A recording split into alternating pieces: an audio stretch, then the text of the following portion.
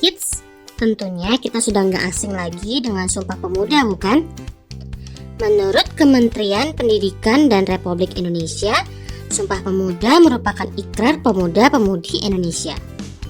Ikrar ini digagas oleh Persatuan Pelajar-Pelajar Indonesia atau PPPI dan dihadiri oleh organisasi pemuda lainnya.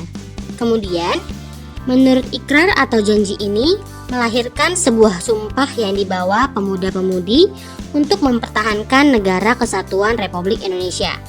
Nah, setiap tanggal 28 Oktober kita akan memperingati Hari Sumpah Pemuda. Untuk itu, hari ini kita akan membahas mengenai sejarah dan lahirnya Sumpah Pemuda. Sebelum kita lanjut videonya, jangan lupa klik tombol subscribe dan tombol loncengnya ya. Sejarah Sumpah Pemuda.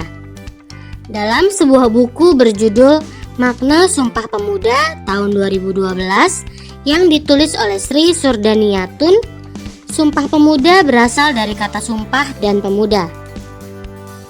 Sumpah diartikan janji dan harus ditepati, sehingga Sumpah Pemuda berarti janji para pemuda, yang kemudian diikrarkan pertama kali saat Kongres Pemuda II di Jakarta pada 28 Oktober 1928. Pada 1908, rakyat Indonesia mulai memiliki kesadaran untuk bersatu melawan penjajah.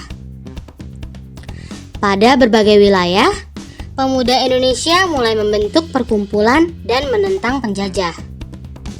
Kemudian, pada tahun 1928, rasa kebangsaan Indonesia dan persatuan Indonesia mulai menjadi cermin dari rasa bangga dan rasa memiliki cita-cita tinggi untuk Indonesia merdeka.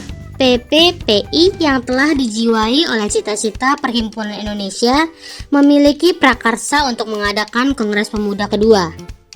Sebelumnya, pada Kongres pertama di Bandung, PPPI meminta supaya semua organisasi pemuda mengadakan fusi. Lahirnya Sumpah Pemuda.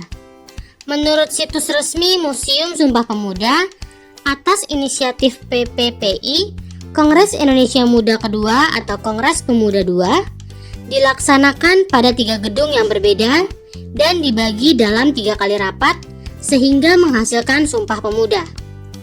Rapat pertama. Rapat ini dilaksanakan di Gedung Katholike Jongelingen-Bonn atau KJB pada Sabtu 17 Oktober 1928. Dalam rapat ini, Muhammad Yamin menguraikan tentang arti dan hubungan persatuan dengan pemuda. Menurutnya, ada 5 faktor yang dapat memperkuat persatuan Indonesia, yaitu sejarah, bahasa, hukum adat, pendidikan, dan kemauan. Rapat kedua.